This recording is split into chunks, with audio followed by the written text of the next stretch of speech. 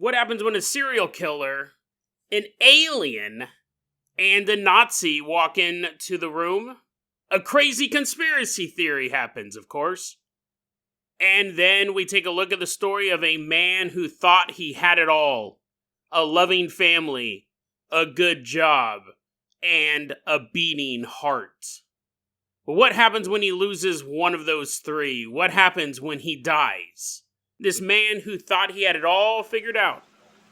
This man who thought he knew what was going to happen to him when he died realizes he's wrong. Dead wrong. Today on Dead Rabbit Radio.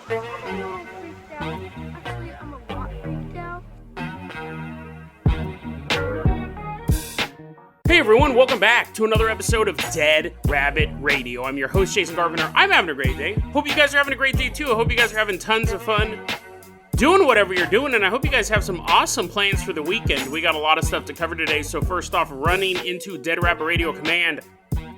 Everyone get on your feet and give it up for our newest Patreon supporter, Finn Moeller. Woohoo, yeah, wee ha, Shark man running on into Dead Rabbit Radio Command, biting everybody on the belly. Finn is our newest Patreon supporter, and that is why they are going to be our captain, our pilot this episode. If you guys can't support the show financially through the Patreon or the merch store, I totally understand, I really do.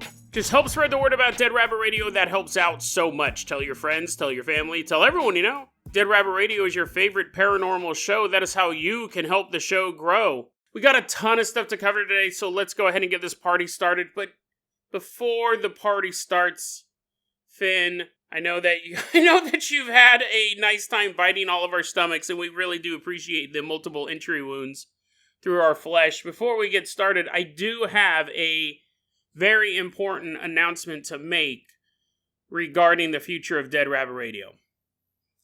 I know this will probably be unpopular. I know a lot of you guys will be upset by this. I understand I'm probably going to lose some Patreons because of it. First off, I gotta say that this week is going to be a short week. So today's the last episode coming out this week. Next week will be a short week because I will be taking care of some stuff this weekend. Not a big deal. Nothing huge or anything like that. Everything's going okay. But it did highlight to me an issue that has been going on with the podcast for a while, and that is I really don't have time to do a lot of things. Putting together a daily paranormal podcast solo for 7 years now has made it difficult to do all sorts of things because it takes roughly 25 hours a week to do this show. So going forward for the rest of the season, we will continue with our normal schedule.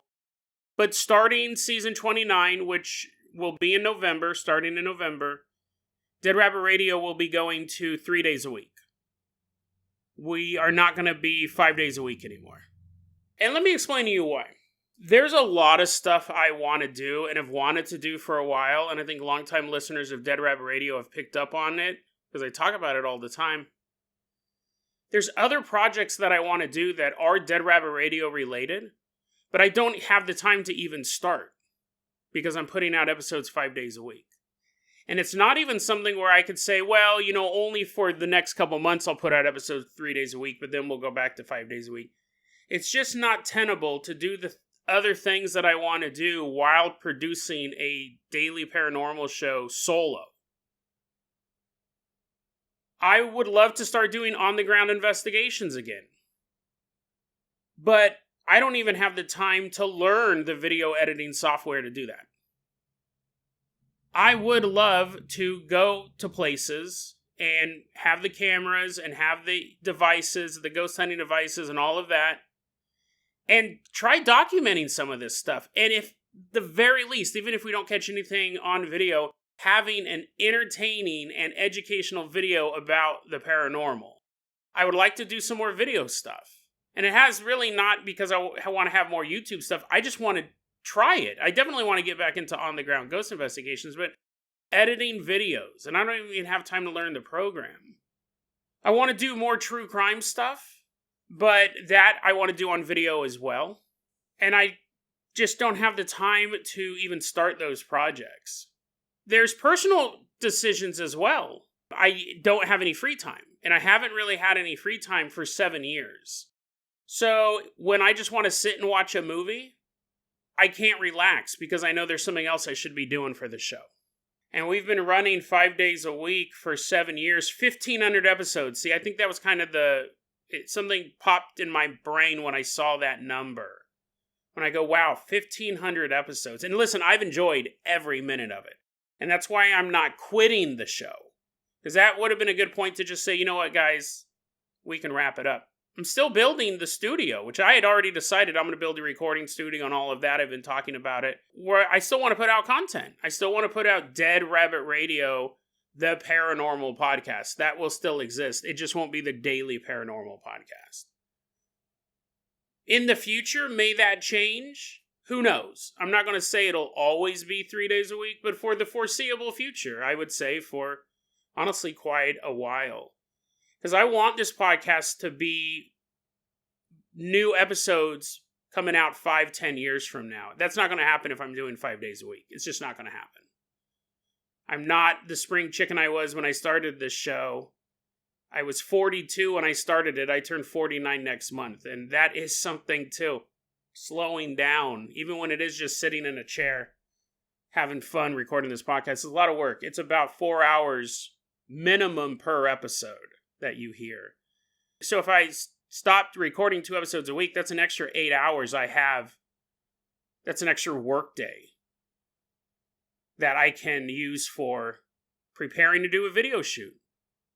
That I can relax sometimes, just kind of kick back, go out and enjoy the sunshine.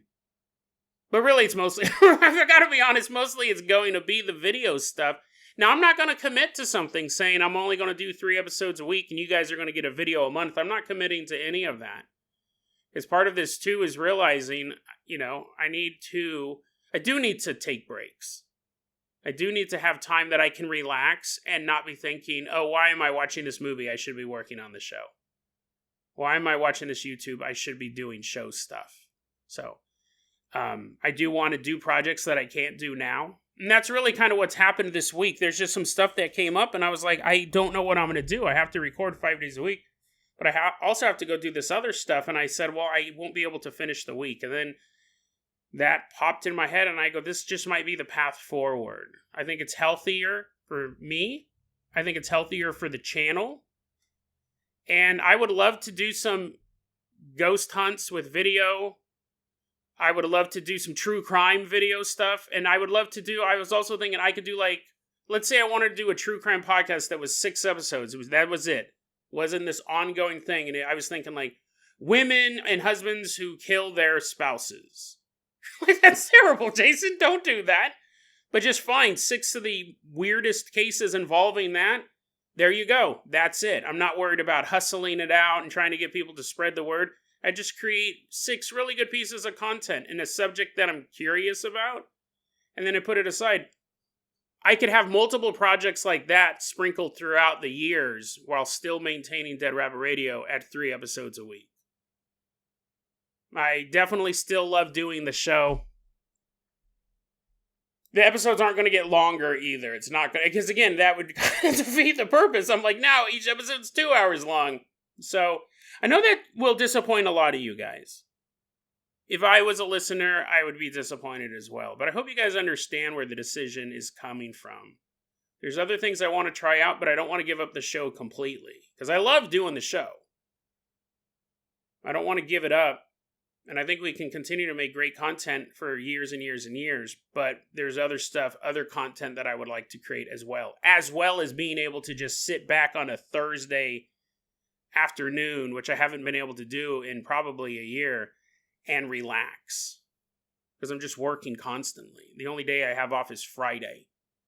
I have 5 hours of free time on a Friday night. That's it. And that's where I've been at for 7 years. So the question is, will it be Monday, Wednesday, Friday? Or will it be Tuesday, Wednesday, Thursday? I'm not for sure. I think that is kind of odd if it was crammed in like that. But people may prefer that. I'm going to leave that, guys, up to you. I'm going to solicit your guys' advice. Things that will change is the way I foresee it is that, you know how I take 2 weeks 2-week break every 50 episodes now, which is every 10 weeks. That will extend. So it'll be a 2-week break every 20 weeks, roughly. That's kind of where I'm looking at it. So you'll go 5 months with consistent episodes. This is the plan.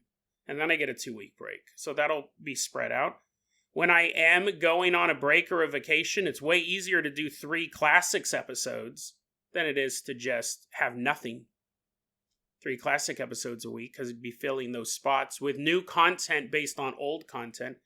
Things like the Retro Rabbit will most likely be retired out. All of this stuff is in flux, though.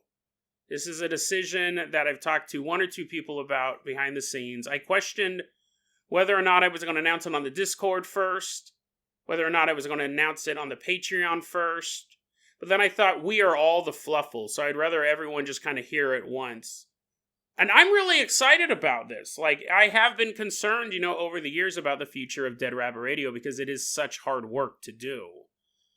And I'm very excited about this because we'll be getting different Dead Rabbit Radio content as well as the same Dead Rabbit Radio content. And I think that adds to the longevity. That allows me to diversify, but still be in this world that I love, which is the world of the paranormal with you. So I know that's kind of a dour way. I know I kind of hit you with a 1-2 today saying this is going to be a short week. Next week is going to be a short week. And then we're going to be only doing 3 episodes a week come November. But I figured I would just lay it all out right now. When it comes to an issue where you can't get your car repaired, when you can't get your car at 130,000 mile tune-up because you have to put out an episode, the work-life balance is off. So instead of giving it, sometimes it's little things like that, right? I can't do X, I have to go do an episode. I can't do this, I have to do an episode. So I want to shrink the podcast episodes, be able to do things that I need to do, but also spend 2 days a week working on editing, downloading videos and editing them together and learning the program and all of that. Because that's really one of the main goals with this. I keep saying I want to relax more, and I'll try. Because again, otherwise I won't be able to do any of it. But I would love to go and hunt for the Klickitat Ape Cat. That would be fun. Go up there, camp for a couple days, shoot a bunch of video. It would probably be goofy stuff. We may not even find anything. Probably won't. But come back with an entertaining project about some people looking for the Klickitat Ape Cat. And I'm not saying it'd be a feature-length film. It would probably be like 20 minutes or whatever. We would just shoot a lot of footage. Go into these local hotspots with our body cams, infrared vision, all of that stuff. I'm super excited about that stuff. I've been excited for a long time. I don't have the time to do it. And now I'm going to have the time. While still remaining true to Dead Rabbit Radio, the paranormal podcast. Now, I know that some of you guys are going to be bummed out by that. I would be bummed out by that. I know some of the Patreons value the daily show, so I understand I'm going to lose Patreons because of it. But I'm fine with that. I'm fine with that. I'm sad to see you guys go. You stop listening or stop supporting the show, but I think it's for the best for the show to do this. But enough serious stuff. Let's go ahead and pull this talking shark. There we are. That's where we're at right now. And I hope you guys do stay along for the ride. Whether or not you financially support the show, that's a decision for you guys to make. I'm not going to hold it against you if you go, I pay for 5 episodes a week. Not 3. But I'm really looking forward to it. A lot of side projects.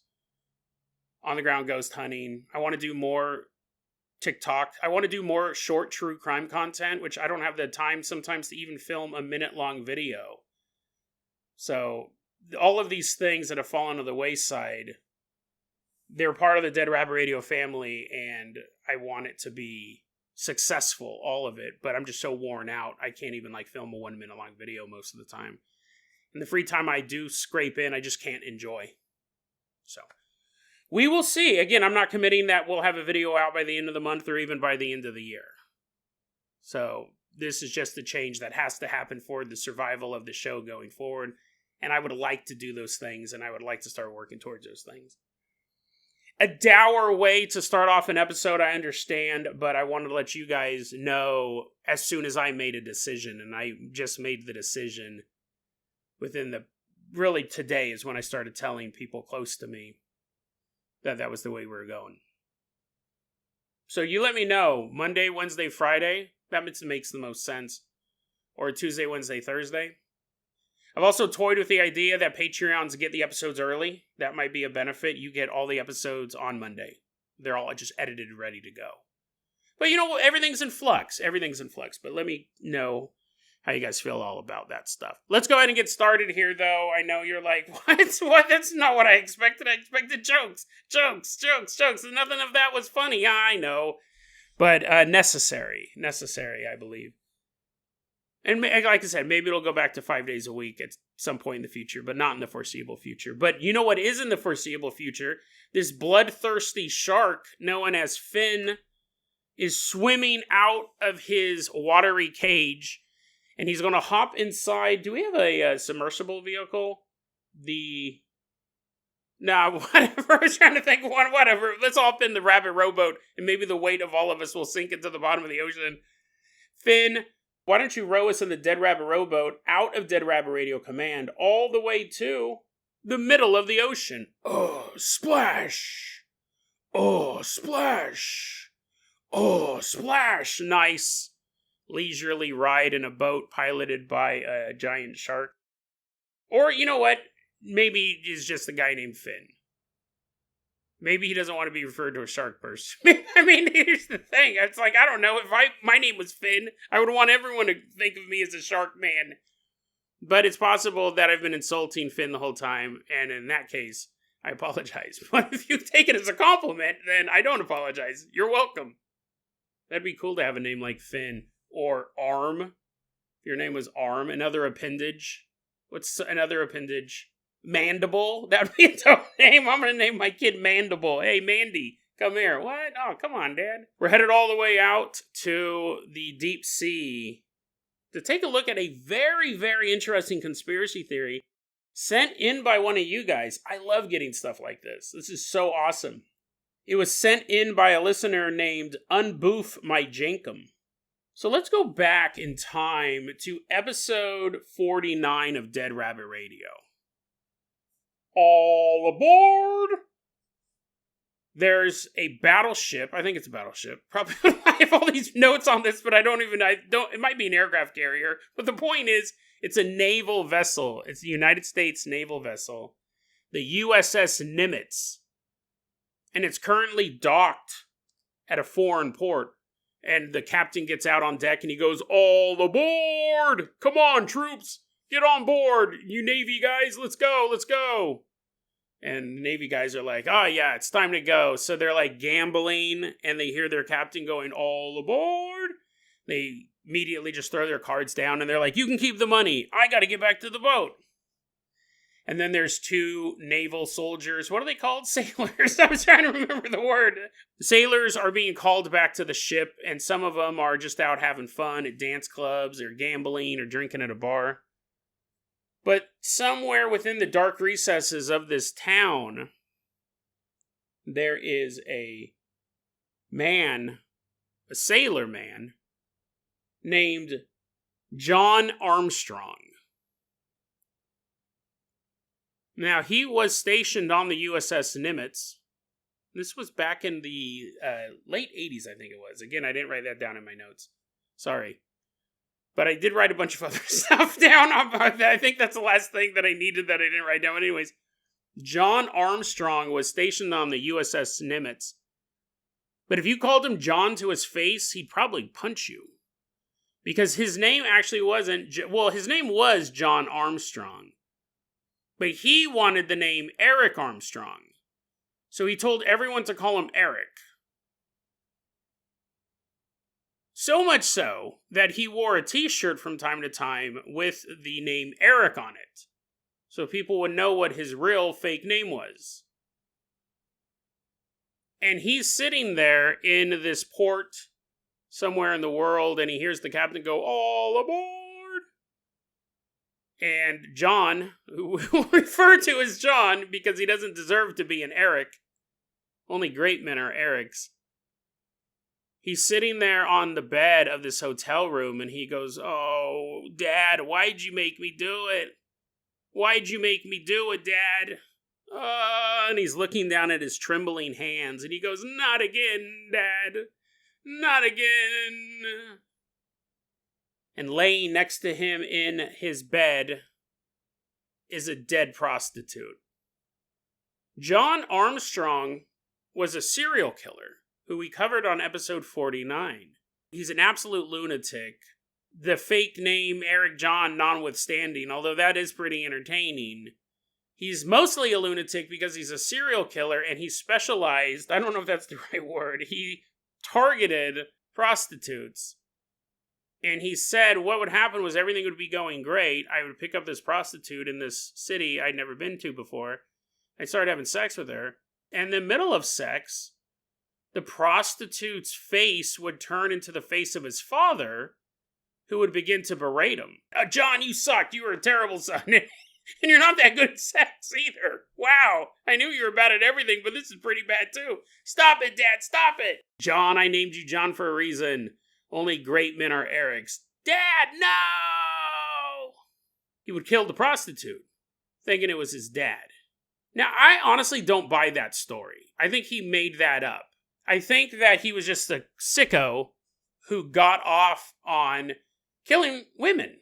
And prostitutes were the easiest prey. Because they will come back to your room if you have enough money. I think that was some part of like, I'm insane, I have an insanity plea. I think he was someone who got crapped on by every layer of society to the point people openly mocked him. I've gotten emails about this guy from listeners in the past saying they knew him.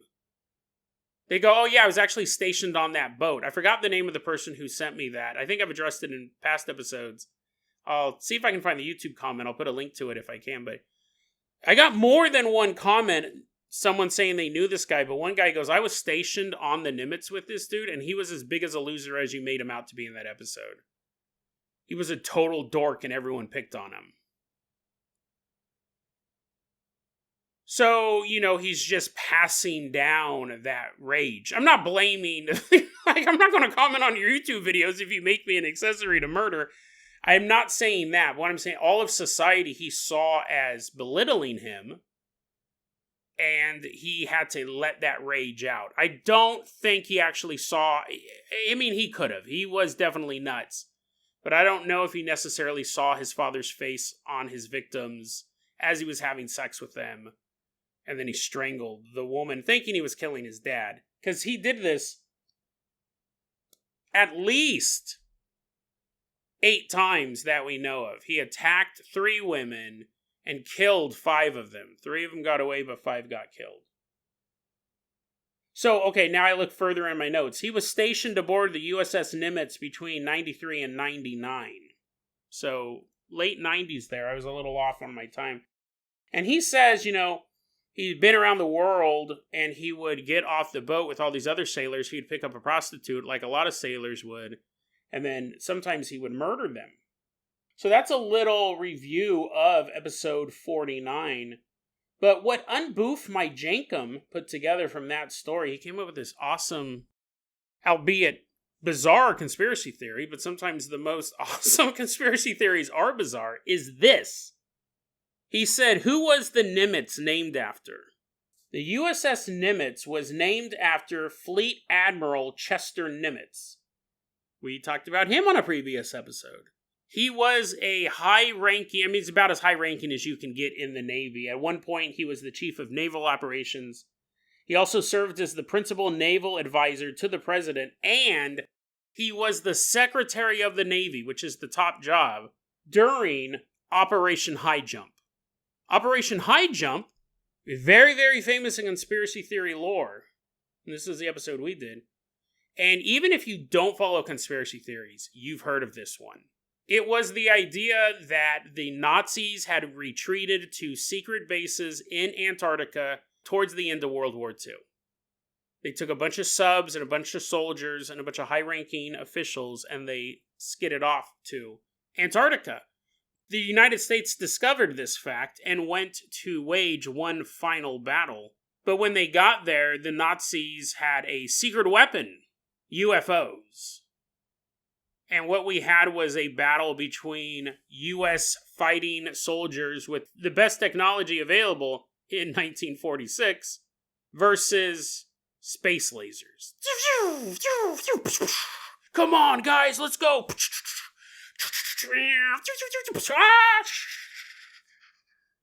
Now, somehow, the Americans won this conflict. Maybe the Nazis were bad pilots. Maybe they were secondhand UFOs, Timu UFOs. We don't know. But the fact of the matter, well, I shouldn't say the fact of the matter is, the conspiracy theory is that the Nazis had a UFO base in Antarctica and the Americans destroyed said base. Chester Nimitz was in charge. He wasn't on the ground there, but he was the guy who authorized everything. In my episode, I mean, obviously Operation Highjump was real. We did send a bunch of U.S. soldiers to Antarctica. That is a fact. There may or may not have been Nazis there. I don't know about that. But I don't think there were UFOs. But there could have been, right? I'm not saying that I'm the main guy. I'm not saying that I have all the answers. I would say, though, unless they did have some broke down, secondhand, hand-me-down UFOs, I don't understand how the U.S. soldiers would have won. Numerical superiority, I mean, that's really how the United States won World War II altogether. We just had more junk to throw at the enemy. More men, more equipment. So maybe, right? But that's where the whole story of Nazis and UFOs really, really took root. I know there's photos of, like, prototype vehicles that look like UFOs. You would see mentions here and there, but it was really Operation Highjump that stoked the imagination of the conspiracy theorists. Okay, so the Nimitz is named after Chester Nimitz, whose name is connected to a pivotal moment in conspiracy theory culture, and if it's true, human-alien relations, aliens working with Nazis, all of this stuff that is kind of ingrained into pop culture. Chester Nimitz was the guy in charge during that time period of the Navy, and it was a naval operation, Operation Highjump. Because obviously you can't get to Antarctica without boats, right? We didn't have we had planes, but not enough to bring a bunch of soldiers over there. Naval operations sent to Antarctica, possibly engaged in combat with either Nazi-controlled alien craft or Nazi-aligned alien craft, and aliens are still at the controls, things like that. Okay, interesting stuff. But there's another reason why you may have heard about the USS Nimitz before. You may not have known who it was named after. You may not have known about this serial killer, or if you did, you just forgot, because that wasn't a key component to the story, right? The boat he was on. But you most likely are familiar with the Nimitz because of what happened in 2004. The Nimitz, the USS Nimitz, was the main cruiser, battleship, aircraft carrier, whatever it was, vessel, during the infamous Tic Tac incident. I think it was the Nimitz group. I think that was what it was actually called, that flotilla. Yeah. It was the USS Nimitz Carrier Strike Group was the name of it. That name of that ship was constantly brought up whenever you talked about the Tic Tac video. What the Tic Tac video is that unidentified flying object. It's been shown in front of Congress multiple times. People have tried to explain it. The best explanation I ever saw on it was from a group of special effects gurus called Corridor Crew. I'll put that video in the show notes because they really said, well, we think this is what it is. And they made a pretty compelling case that it wasn't a UFO. But whatever the case, you had the most sophisticated surveillance equipment in the world was housed in this strike force. These vessels were top of the line technologically, and they couldn't figure out what it was. And they recorded it. Let's listen to this conspiracy theory by Unboof My Jinkum. I find this so fascinating and awesome. Let's take a look here. He goes, what if you have John Armstrong out there murdering prostitutes while he is a sailor on the Nimitz? He's on, I believe it's an aircraft carrier, if it's called the Carrier Strike Group. He's on this aircraft carrier, comes into a port. He murders an innocent woman, goes back on the carrier, and he brings that psychic stain back with him. And he does this again and again and again. It's very possible he killed more than 5 women. He's locked up for life, so investigators aren't beating down the door. Also, a lot of these murders took place in other countries. So, and unfortunately, they were sex workers, which tend to be transient. So if they just disappear, no one really knows to go looking for them. He claims to have murdered more people, and maybe he's telling the truth on that. We don't know. But even 5 is 5 too many. He's killing women and then coming back on the boat, and he's bringing this psychic energy, this death energy with him.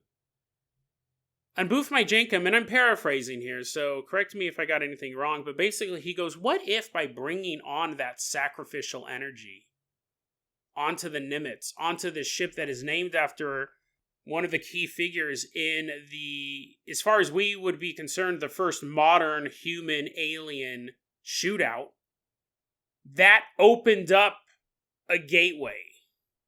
Or at the very least, sent out an invitation into the universe. This death energy, mixed with a ship named after a man who was integral to that first firefight between humans and aliens, or at least the first in modern times, created the right metaphysical circumstances, the right spiritual goulash that created the Tic Tac phenomenon, or at the very least made it so it was visible to this group. That was the thing about the TikTok video. There had been nothing like it before. There had been unidentified flying objects, but you could usually account for something.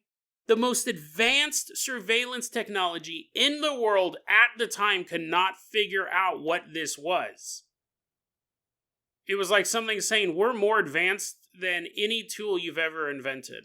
We will always outpace you. But yeah, I mean, and he's wondering if that's why it appeared before this group. Because this particular carrier had been soaked. Listen, fighter jets had been launched from the Nimitz and other aircraft carriers and engaged in combat against other countries. It's not like the Nimitz and this entire strike force sat out the Gulf War.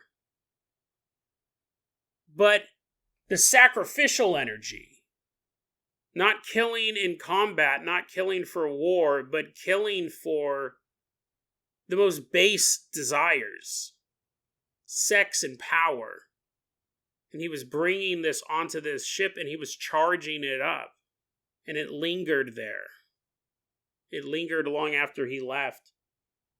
And you know what, to be fair, probably all the jets flying off of it and dropping bombs and coming back wasn't open either. I mean, if this conspiracy theory is true, if it's constantly getting charged with this death energy, but, understandably, there is a difference between bombing enemy combatants, and I understand civilians die as well. I'm not saying that only the bad guys die in a war. But you know what I mean? There's a big difference between dropping a bomb on a column of Iraqi tanks and choking a prostitute to death in a hotel bedroom.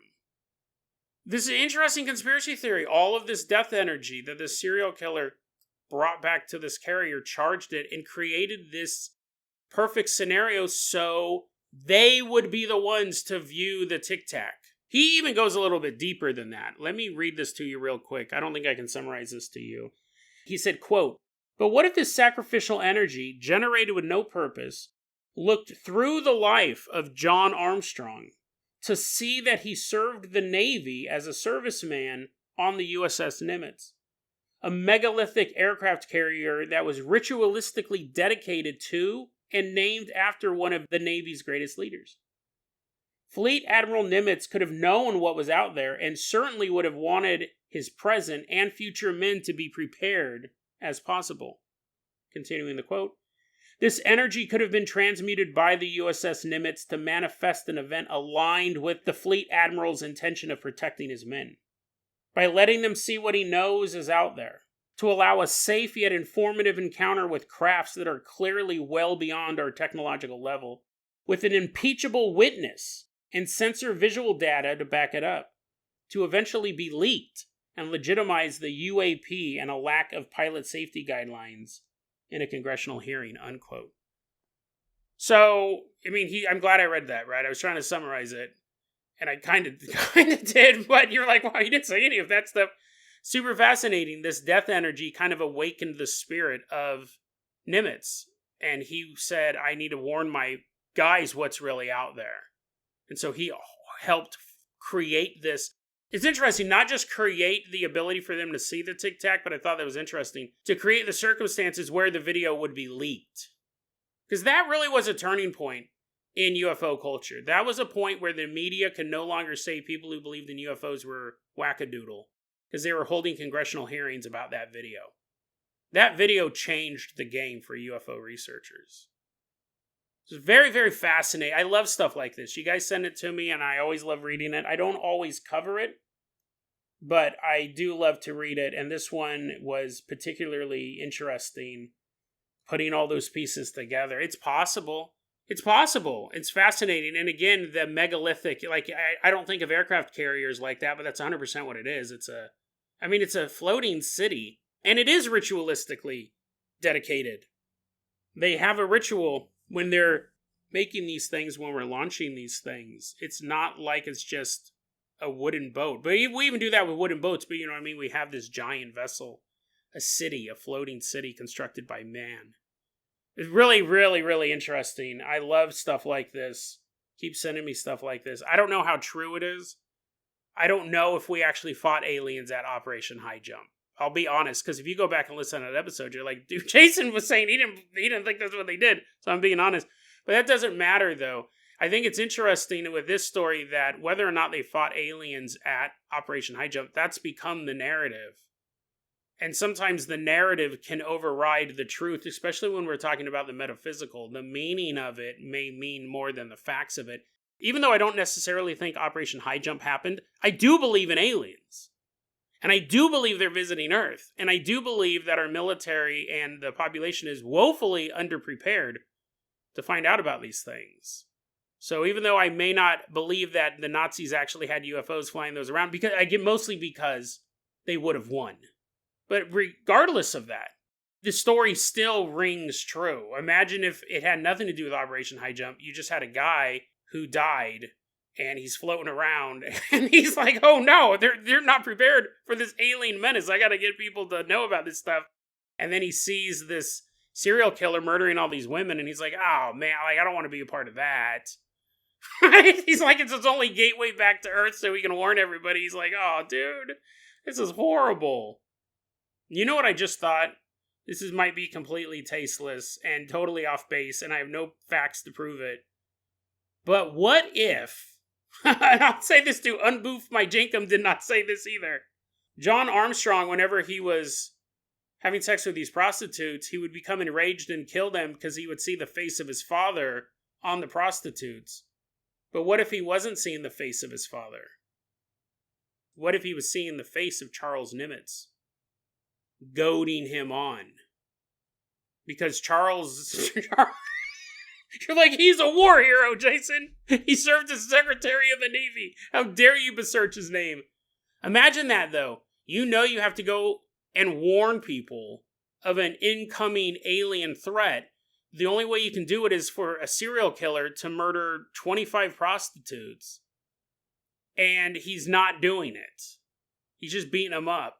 And so you're like, oh, damn it. So now you have to fly into the room and put your face. You're like, Jason, that's far more unrealistic than Nazis losing a battle, even if they had UFOs. Charles Nimitz did not possess prostitutes. And then pretend to be John Armstrong's dad. That's the most ludicrous thing you've ever said. It is, but it would be crazy if it was true, right? It would legitimately be crazy. It'd be the craziest thing ever.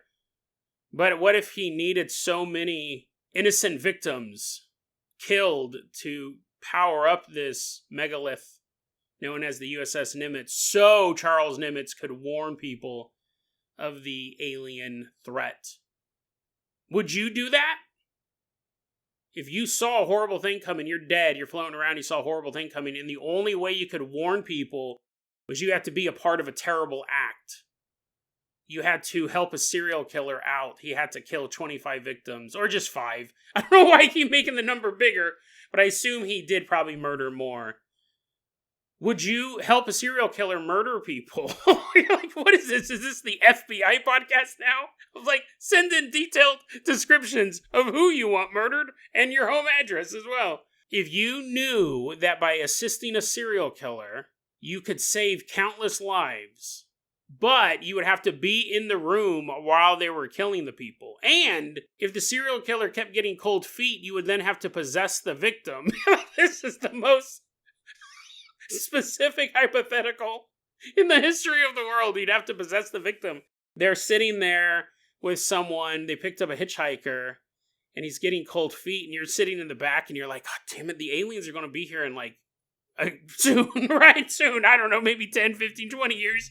But I'm dead. I'm a ghost. Time means nothing to me. It could be tomorrow for all I know. But the serial killer's not killing this person, this hitchhiker he picked up. So then you have to possess the hitchhiker, and you're all playing with his radio. You're all and he's like, it's so loud in here. And you can't hear anything. You're a ghost. His ears are bleeding.